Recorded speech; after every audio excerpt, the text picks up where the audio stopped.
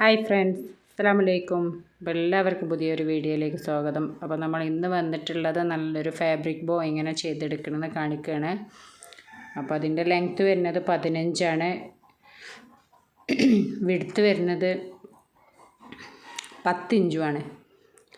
10 inch വിഡ്ത്തിലും cut ചെയ്തെടുത്തിട്ട് same cotton ലൈനിങ്ങും main ലൈനിങ്ങും വെട്ടിയെടുക്കുക. എന്നിട്ട് മൂന്നും ഒരേപോലെ വെച്ചിട്ട് നമ്മൾ സ്റ്റിച്ച് ചെയ്തെടുക്കുകയാണ് ചെയ്യുന്നത്. ആ മൂന്നും കറക്റ്റ് ലെവലിൽ വെച്ചിട്ട് റൗണ്ടിൽ കവർ ചെയ്തെടുക്കുക, സ്റ്റിച്ച് ചെയ്തെടുക്കുക. അപ്പോൾ ഇതിൻ്റെ നമ്മളെ ഡ്രസ്സിന് നല്ല ഭംഗിയാണ് ഇങ്ങനത്തെ ഒരു ബോ വെച്ച് കാണാമെന്നുള്ളത്. ഒരുവിധം എല്ലാ ഫ്രോക്കിനും കിഡ്സിൻ്റെത് എന്താ പറയുക, ബാക്കിൽ ആ കെട്ടണ ബോ ഒരു ചെറുതായിട്ട് കൊടുക്കുക, ബാക്കി ഇങ്ങനത്തെ ഒരു വലിയ ബോയും വെച്ച് കൊടുത്താൽ ബാക്കിൽ നിന്ന് നല്ലൊരു അട്രാക്റ്റീവായിരിക്കും ഒരു ഫ്രോക്ക് കാണാൻ. അപ്പം ഇത് നമ്മളൊരു ഡിസൈൻ ചെയ്യണം. നമ്മളെ ഫ്രോക്ക് അധിക ഫ്രോക്കിന് ഞാനിത് ചെയ്ത് കൊടുക്കുന്നുണ്ട്. ഒരു ബർത്ത്ഡേ ഫ്രോക്കിനായാലും ഒക്കെ നല്ല ഭംഗിയാണ്. അപ്പോൾ ഇതിൻ്റെ സെയിം കളർ തന്നെ നമ്മൾ ഹെയർ ബോയിലും ചെയ്ത് കൊടുക്കും, ചെറിയ ബോ. അപ്പോൾ ആ ഫ്രോക്കിനൊരു പ്രത്യേക ക്യൂട്ട്നെസ്സും കൂടെ ഉണ്ടാവും എന്നുള്ളൂ. അപ്പോൾ ഇതിനെ റൗണ്ട് ചെയ്തെടുത്തിട്ട് റൗണ്ടിൽ സ്റ്റിച്ച് ചെയ്തെടുക്കാം.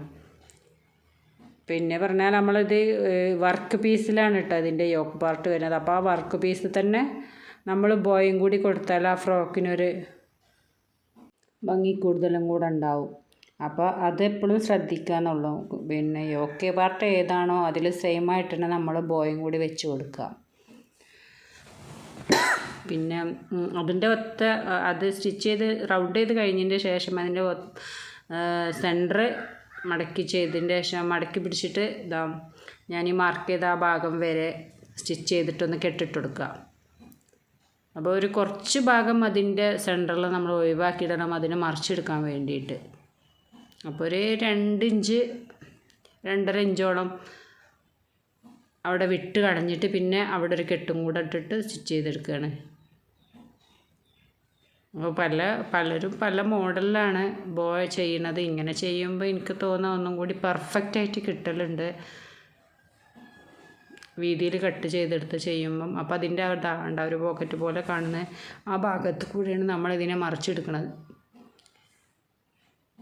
ഇനി അതിൻ്റെ ആ സ്റ്റിച്ച് ചെയ്ത ഭാഗം സെൻറ്ററിലാക്കിയിട്ട് തന്നെ നമ്മൾ വെച്ചിട്ട് 2 സൈഡും സ്റ്റിച്ച് ചെയ്തെടുക്കുക. അവിടെ 2 ഭാഗം കവർ ചെയ്തിട്ട് തന്നെ സ്റ്റിച്ച് ചെയ്തെടുക്കുക.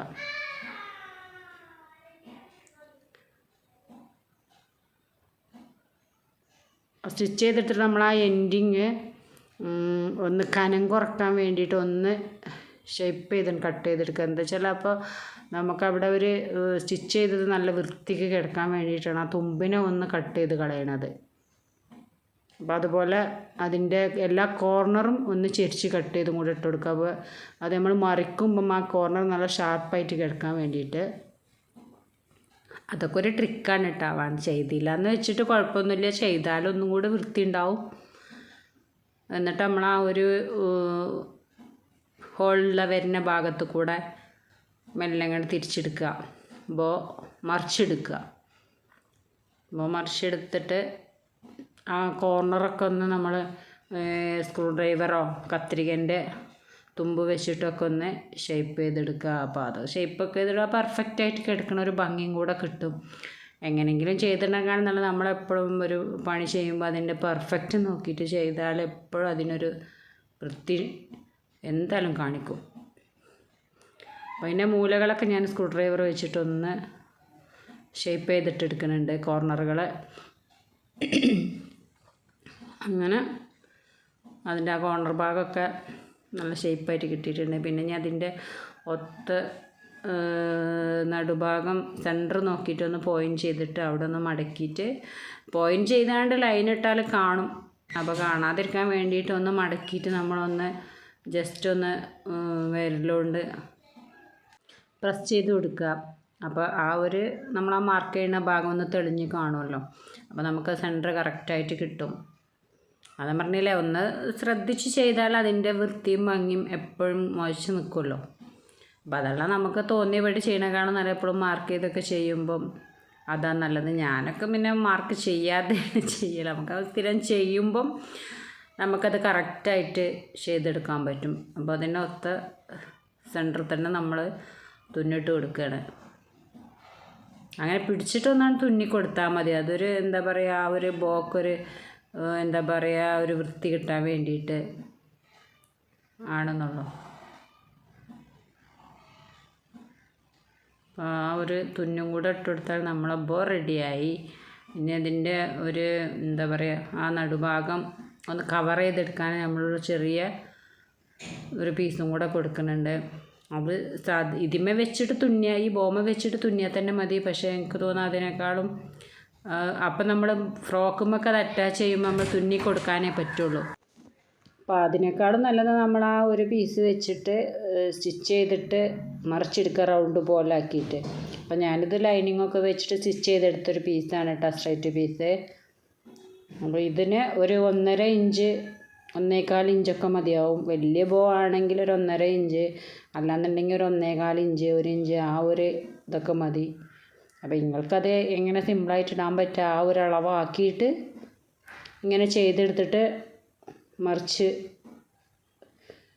മറിച്ചെടുക്കുക. അപ്പോൾ ഒരു റൗണ്ട് പോലെ കിട്ടിയില്ലേ. അപ്പോൾ ശരിക്കും നമ്മളതിന്മേൽ വെച്ചാണ് തുന്നുമ്പം ഈ ഒരു പെർഫെക്റ്റ് കിട്ടില്ല, ടൈറ്റായി കിടക്കും തന്നെ ഉള്ളൂ. അപ്പോൾ ഞാനിത് ഇതിന്മേൽ വെച്ചിട്ട് ഒന്ന് അറ്റാച്ച് ചെയ്തെടുക്കുക, സ്റ്റിച്ച് ചെയ്തെടുക്കുക തന്നെയാണ് കേട്ടോ ചെയ്യണത് ഇതിന്മേൽ വെച്ചിട്ട്. അപ്പോൾ ആ ഒരു ഭാഗം നമ്മൾ ആ ഒരു സിബിൻ്റെ കുറഞ്ഞ ഭാഗം നമ്മളൊന്ന് സ്റ്റിച്ച് ചെയ്ത് കൊടുത്തിട്ടുണ്ടാവുമല്ലോ, ആ ഒരു സിബ് തുടങ്ങണ ഭാഗത്ത് വെച്ചിട്ട്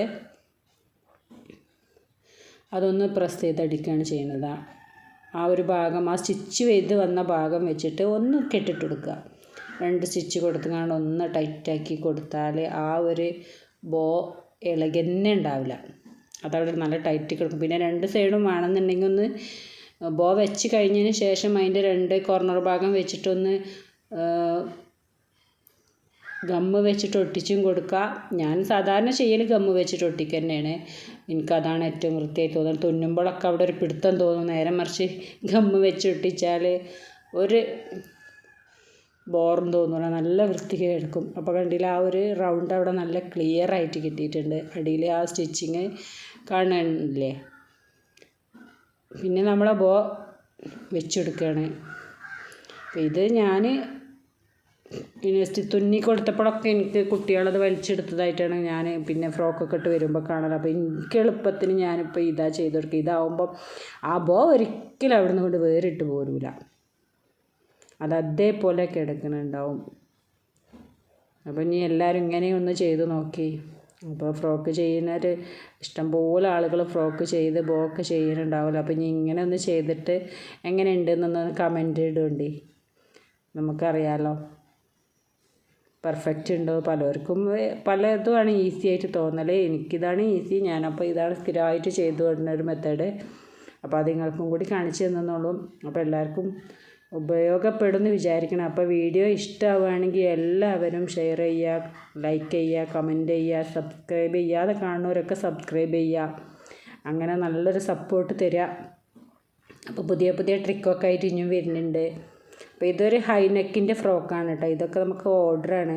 8 ഡ്രസ്സ് ഓർഡർ ഉണ്ടായിരുന്നു, അതിലൊന്നാണിത്. ബാക്കിയൊക്കെ സ്കർട്ട് ആൻഡ് ടോപ്പാണ്. അപ്പോൾ എല്ലാവരോടും ഇനി ഒരു പുതിയ വീഡിയോയുമായി വരുന്നത് വരെ അസ്സലാമു അലൈക്കും.